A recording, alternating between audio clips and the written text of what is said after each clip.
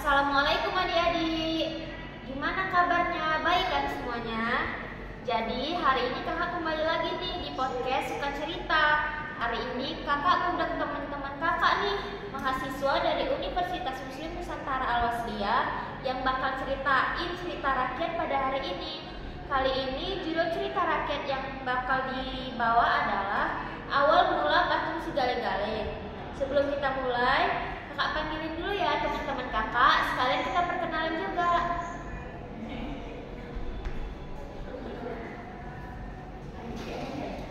Halo adik-adik. Hai. Oke kakak-kakak, kita perkenalan dulu ya, dimulai dari kakak ini. Hai adik-adik, perkenalkan nama kakak Nabila Masya Sitompul dan kakak kita. nama dia kan Gomit kita. Nama kakak Nadia Pasaribu dan kakak Putri Ovia. Oke, nggak usah panjang lebar lagi. Tapi sebelumnya nih, asal mula patung si Gale-Gale ini tuh ada dua versi menurut cerita rakyat. Jadi kakak ini bakal menceritakan kedua versi tersebut ya. Oke, kepada Kak Nabila boleh dimulai Kak. Baiklah, di sini kakak akan membawakan cerita legenda patung si Gale-Gale. Awal mula ceritanya yaitu hiduplah seorang ahli patung yang bernama Datu Panggana. Pada suatu hari, Datu Panggana ingin membuat patungnya, kemudian ia berjalan-jalan ke sebuah hutan, dan di dalam hutan tersebut ia melihat ada sebuah pohon kayu yang tingginya seperti manusia, yang tidak berdaun dan tidak memiliki ranting. Kemudian Datu Panggana tersebut tertarik untuk menjadikannya sebuah patung. Kemudian Datu Panggana membawa pulang kayu tersebut dan memahatnya menjadi sebuah patung wanita cantik. Selang beberapa waktu, Datu Panggana kedatangan seorang tamu, yaitu Bau Partiga. Bau Partiga adalah seorang pedagang keliling. Beliau berdagang perhiasan dan pakaian. Karena melihat kecantikan patung tersebut, Bau Partiga tertarik untuk memberikan perhiasan dan pakaian tersebut dipakaikan kepada patung itu. Pada suatu sore, Bau Partiga kembali untuk mengambil baju dan perhiasan tersebut, tetapi baju dan perhiasan tersebut sudah melekat pada patung tersebut. Menjelang sore hari, Bau Partiga pun kembali untuk mengambil perhiasan dan baju yang dipakaikannya kepada patung tersebut. Tetapi sayangnya, pakaian dan perhiasan tersebut sudah melekat pada patung itu dan tidak bisa dibawa kembali. Dengan rasa kecewa, Bau Partiga pun pergi meninggalkan tempat tersebut. Nah, adik-adik di sini kakak akan melanjutkan cerita dari kakak Nabila. Jadi kan, pada keesokan harinya, seorang dukun bernama Datu Partoar yang memiliki keahlian mengobati, memanggil roh, dan juga memiliki obat ajaib. Dia di perjalanan melihat patung perempuan tersebut dan terkagum-kagum. Alangkah indahnya, mungkinkah dia bisa kuhidupkan dengan sedikit tetes ramuan dan mantra? Berkat keahlian Datu Partoar, patung tersebut mulai bergerak. Dengan gembira, Datu Partoar membawanya pulang. Dan Datu Partoar dan istrinya menganggap patung tersebut sebagai anaknya dan diberi nama Nyai Manggale. Upacara pengangkatan anak pun dilaksanakan. Di pekan, Nyai Manggale menari dengan gemulai, sehingga para penonton pun mengikuti gerak seirama lenggak-lenggoknya. Kabar soal Nyai itu pun tiba pada Datu Panggana dan Datu Partiga, dan mereka dengan penuh amarah langsung mendatangi kediaman Datu Partoar. Tidak adil jika Nyai Manggale menjadi milikmu, sebab aku yang memahatnya pertama kali, kata Datu Panggana. Tidak, tapi aku yang memberinya pakaian dan perhiasan emas. Aku pun berhak memilikinya. Bau Partiga juga tidak terima. Tanpa aku, ia tidak akan menjadi manusia. Aku yang paling berhak. Begitupun Datu Partoar. Perdebatan mereka tidak selesai, bahkan setelah dibawa ke hadapan raja. Raja menganjurkan mereka menemui si Aji Bair-Bair, seorang tetua di hutan yang mampu memecahkan persoalan mereka. Agar adil, sebaiknya setiap dari kalian menjadi anggota keluarga Sinai Manggalai, kata si Aji Bahir. Datu Partoan menjadi bapak yang berhak memberi berkat dan perkawinan. Dan Bau Pertiga menjadi Mariboto, seorang abang yang berhak menerima bagian uang mahar. Dato Panggana menjadi tulang dan akan memperoleh bagian sesuai yang berhak diterima oleh seorang paman.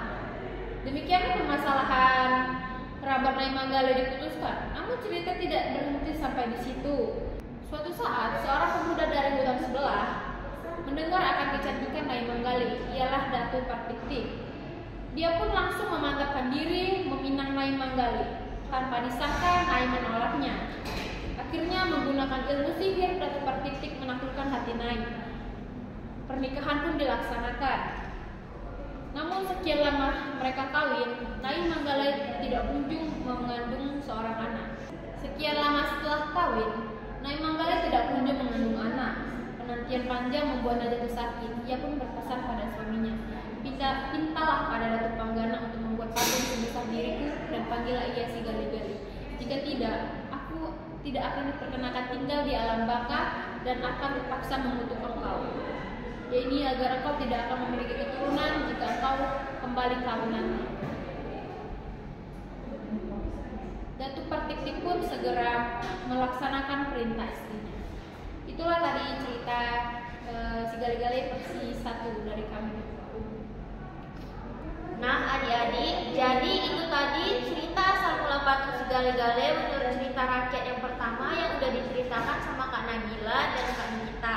Dan langsung saja ya, cerita patung si Gali-Gali menurut cerita rakyat yang kedua bakal diceritakan oleh Kak Nadia dan Kak Putri nih. Oke, kepada Kak Nadia dan Kak Putri, saya persilahkan.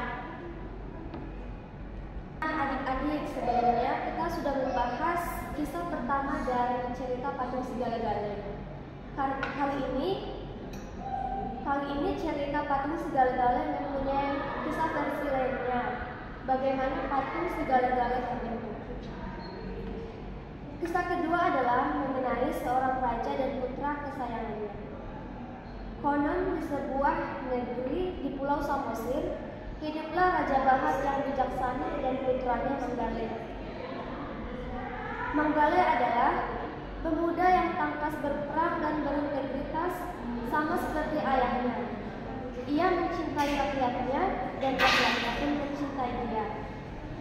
Di suatu hari, seorang prajurit datang menemui Raja Bahat. Baginda Raja, kami melihat prajurit negeri tetangga tengah berkumpul di hutan perbatasan. Tampaknya mereka berencana menyerang dan menjajah kerajaan. Lalu Raja Bahat berkata, maka kita tidak bisa diam. Kumpulkan para penasihat dan juga anakku, panglima perang dan Manggale. Strategi perlawanan pun dibahas. Setelah persiapan selesai, pergilah Manggale bersama pasukan penjajah. Dalam hati raja tidak tenang melihat putranya menghilang menuju medan perang, kemudian sebagian prajurit pulang. Lalu raja bertanya, "Di mana Manggale?" Seluruh kerajaan berkabung bersedih. Sekian lama membuat raja jatuh sakit. Penasihat raja memanggil banyak datu, namun tak satu pun mampu menyembuhkan raja. Seorang datu menganjurkan agar dibuat sebuah patung kayu dengan wajah serta Manggale. Maka dipanggillah pemahat terbaik untuk mengerjakan patung itu. Patung dibuat jauh dalam hutan, tepat di mana Manggale tidur. Diyakini bahwa Manggale masih berada di dalam hutan itu. Menggunakan kayu pohon yang sangat keras, pemahat mulai bekerja. Sebuah patung yang mirip sekali dengan Manggale terbentuk. Roh Manggale dipanggil untuk masuk ke dalam patung. Lalu patung diangkut menuju istana dengan iringan sordam dan gondang. Melihat patung itu, kerinduan raja tak tahan terobati. Apalagi patung itu bisa menari sendiri digerakkan roh Manggale. Setiap kali raja merindukan putranya, ia akan menonton bersama patung itu. Seluruh rakyat ikut menari bersama